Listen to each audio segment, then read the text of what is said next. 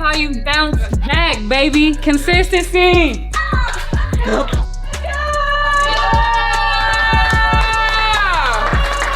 Time they made a run, we answered. We stepped up to the challenge. Our defense, we were in there. We self-corrected when we needed to. All right, we communicated on the floor, multiple levels of effort. We were connected on both ends of the floor. After back-to-back losses to teams they should have easily handled, the Indiana Fever walked into Gainbridge Fieldhouse under a cloud of doubt. Critics were questioning the team's chemistry, and rumors were flying. Caitlin Clark had just come back from injury, and reports of tension between her and coach Stephanie White were making headlines. Add to that the toxic remarks from Brittney Griner during their last meeting. But what followed wasn't just a response, it was domination. The Fever didn't just beat the Atlanta Dream, they dismantled them, 99-82, in one of their most commanding performances of the season. Caitlin Clark silenced every critic on the floor, reminding everyone why this team is a real contender. If you believe in the Fever, show it. Comment below. I've got the Fever. Let's ride. Man, I think that everyone saw that we kind of got some flow when Kate was hurt and our offense was clicking. But now we have to have a new offense when she's in there because she just brings that much to the game. And so we have to adjust. And I think all of us just want it now. We know what the potential of this team can be, but we can't think about that. You really have to take day to day and stuff that worked here, we need to carry it over to tomorrow's game. We have a lot of games coming up and I think like 7 days or whatnot. And so it's mentally making sure that we're good. It's physically making sure we're getting recovery, making sure we're taking care of our bodies off the court. But we're trying to figure it out. And I think you guys see it. I think we're all a little frustrated. Picture this. The Indiana Fever had just dropped 2 straight games, and not just any games. These were matchups they were expected to dominate.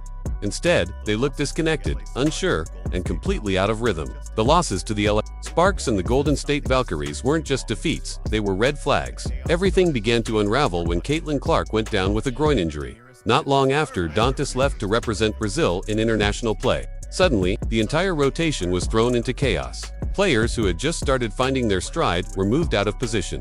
Lineups changed nightly. Rotations made no sense. The chemistry was gone, and the frustration. It was written all over their faces, every single time they stepped on the court. Kind of alluded to it earlier, but how difficult has it been? Does it feel like you guys have had to toggle back and forth between identities with, you spent like Caitlin out, Caitlin's back, Caitlin out, now, back and forth sort of thing? Yeah, and it's no one's fault. I mean, no one wants to see anyone injured, right? And it's when she is playing with us, we play a different style of basketball, and it's almost like 2 different teams, right? When she's with us, you play a different style. When she's hurt, which hopefully she's done being hurt, Lord, please hear us. And then we play a whole nother different style. But I do think that once we catch rhythm with her in, we're going to be really, really good. But we can't just keep saying it. You got to put your money where your mouth is. Coach Stephanie White came in with a clear philosophy. Play slow, play smart, and control every possession. Her strategy focused on grinding down the clock, setting up methodical plays, and forcing teams into mistakes. But Caitlin Clark, she brought a completely different energy. She wanted pace, movement, tempo, the kind of fast, fluid basketball that puts her elite court vision and passing on full display. This wasn't a small disagreement. It was a fundamental clash in basketball. Philosophy, a tug-of-war over the soul of the team.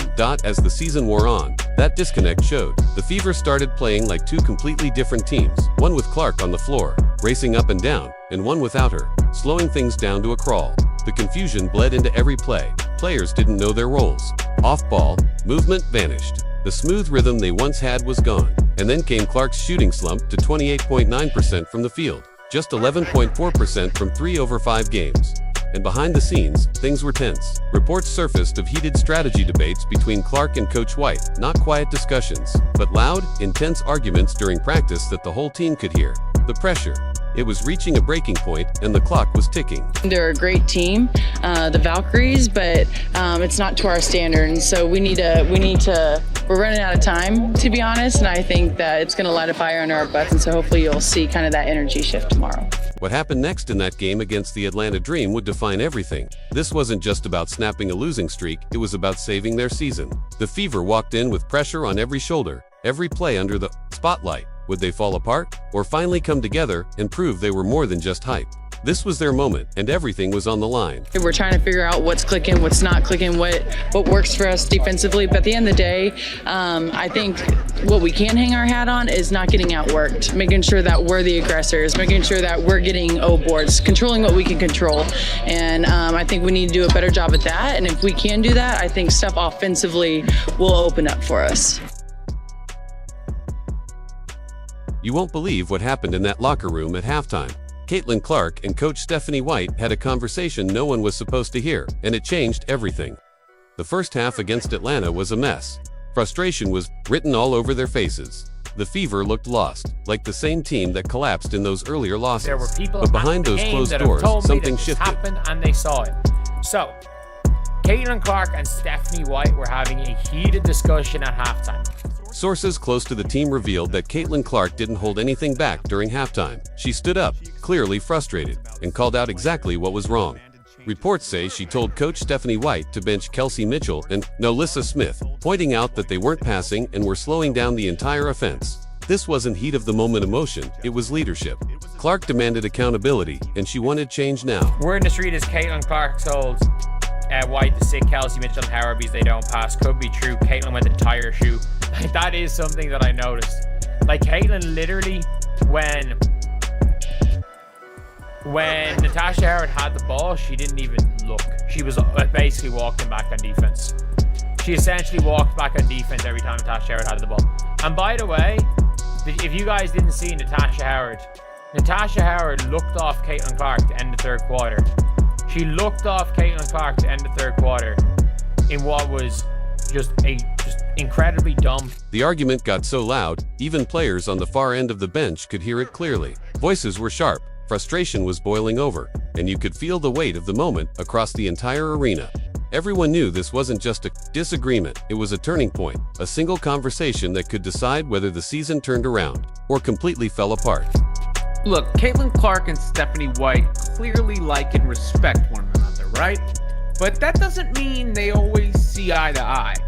And I am beginning to suspect more and more that there's a bit of a divide between the way that they see the game and the way that they think the Indiana Fever should play. What made this moment stand out was that Clark wasn't just venting, she was stepping up. She came in with clear solutions, calling out exactly what was wrong with the offense and offering ways to fix it. It was real leadership, confident, direct, and focused on winning.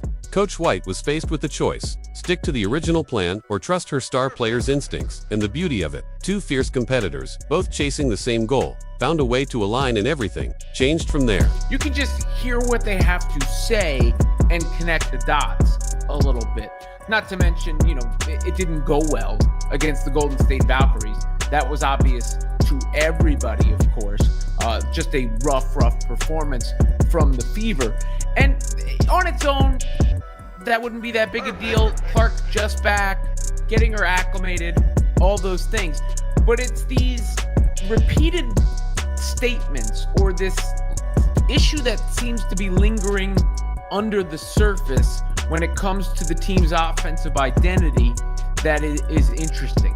The real test came in the second half, when the entire arena waited to see if that intense halftime conversation would turn into something real. But that argument, it wasn't dysfunction. It was the exact moment a good team started turning into a great one. The trust, the chemistry, the fire, it all sparked from that raw, honest exchange, and it showed. Because when the Fever stepped back onto the court, they had a point to prove, especially to Brittney Griner. You remember those disgusting comments she made about Caitlin Clark? That wasn't just trash talk, it was personal, and the Fever took it personally. The last time they met, Griner crossed every line. But this time, Indiana made sure she felt every word she said on the scoreboard. But we have heard nothing from the WNBA, absolutely nothing. Brittney Griner elbowing Caitlin Clark in a crazy way and then calling her a trash white girl. And Brittney Griner has not commented, which I find significant. I've watched that video countless times, and it sure looks Griner like was caught on Brittney camera, Griner seemingly says, shouting profanities about that white girl. So walking into The this WNBA game, should the energy investigate felt different, Brittney Griner focused, seemingly charged, uttering personal. profanities The Fever weren't just about showing up to white play. girl. They were rallying around their teammates, determined to stand up for one of their own. This wasn't just a regular season matchup anymore. It was about pride, unity, and respect. The message was clear. You don't take shots at their chemistry. You don't single out a player. And you definitely don't walk away without facing the consequences. It's really loud tonight. Clark, the hesitation, draws a foul, lays it in, and one, Caitlin Clark. Sophie Cunningham stepped up like a warrior. She didn't just grab a double-double with 16 points and 10 rebounds. She played like every possession was personal. From the opening tip, her energy was electric. She was diving on the floor, crashing the boards, bodying up defenders, doing all the dirty work that doesn't always show up on the stat sheet. But you felt it. This wasn't just about winning a game, it was about protecting their house and defending their teammate. Cunningham's fire set the tone for everyone in that locker room. And Kelsey Mitchell, she matched that intensity. With a scoring clinic minus 25 points, most of them in moments when the Fever needed her most. Pull-up jumpers, corner threes, fearless drives. She was locked in. But more than her shot, it was her leadership that stood out. She demanded the ball, calmed the team, and made it clear. No distraction, no drama, was going to shake this squad. Together, Cunningham and Mitchell showed what happens when talent meets heart. The Fever didn't just bounce back, they sent a warning to the rest of the league. This team fights for each other, and they're just getting started. Dribble penetration has been an issue for Indiana in defending that. They got to do a better job of guarding the ball, not worrying about the action. A hot, cold season for the Fever defensively as Mitchell flashes home a three. Here going in the first half.